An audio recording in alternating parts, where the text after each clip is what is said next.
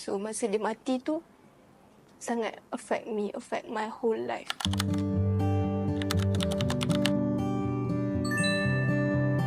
Hai. Hai, Okay, nama saya Wawa. Saya asal daripada Selangor. saya Airisha. Saya berasal daripada Kuala Lumpur. Saya ada 6 ekor kucing dekat rumah. Sekarang saya ada 5 ekor kucing.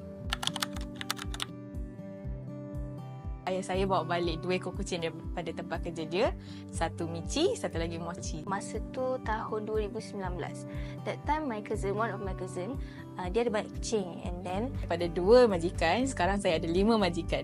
Okay, so nama dia adalah Bubu, Bebe, Buji, Oyen dan juga Bibi. Bibi tu anak kucing. at the end tu I accept you.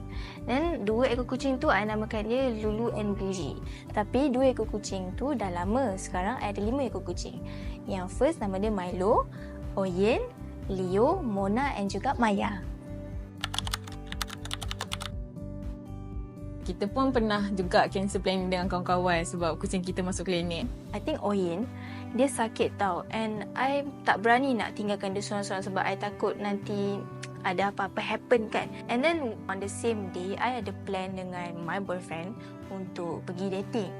Then I decided to cancel the plan. I decided cancel the dating sebab I nak jaga my kucing. Sebab kesian dengan kucing I. And then macam sakit dan nak nazak masa tu. So kita terpaksa cancel planning tu and then pergi kat klinik untuk check kucing kita. So benda yang kucing Wawa pernah buat adalah macam comfortkan Wawa lah, tenangkan Wawa masa macam contoh Wawa tengah stres ke, tengah sedih ke, macam Bebe kan, Bebe datang kat Wawa, dia akan buat macam tangan macam ni dekat Wawa, macam nak comfortkan kita lah sebab kita tengah stres, sedih. So dia datang, dia akan buat tangan macam ni kat kita. And then like kita macam, oh thank you. I ada mention I ada 5 ekor kucing kan tadi, but actually I have 6. Tapi one of it, kucing tu dah mati. Nama dia Stokit. Dia mati sebab dia ada parvo.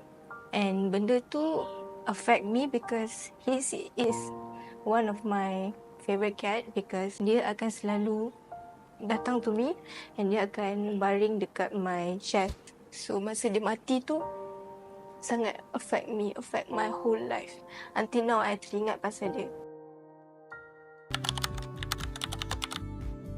So situasi yang best bila jadi catman ni macam contoh kita penat bekerja kan, kita balik rumah, diorang terus datang kat kita macam, oh terharunya diorang datang kat kita. Kita pun macam, oh Bibi, Bebe, Bubu, macam tu. The best part of being a cat mom is there's one time yang I rasa macam tak ada orang perlu kat I, but I know that my fur babies perlu kat I sangat-sangat.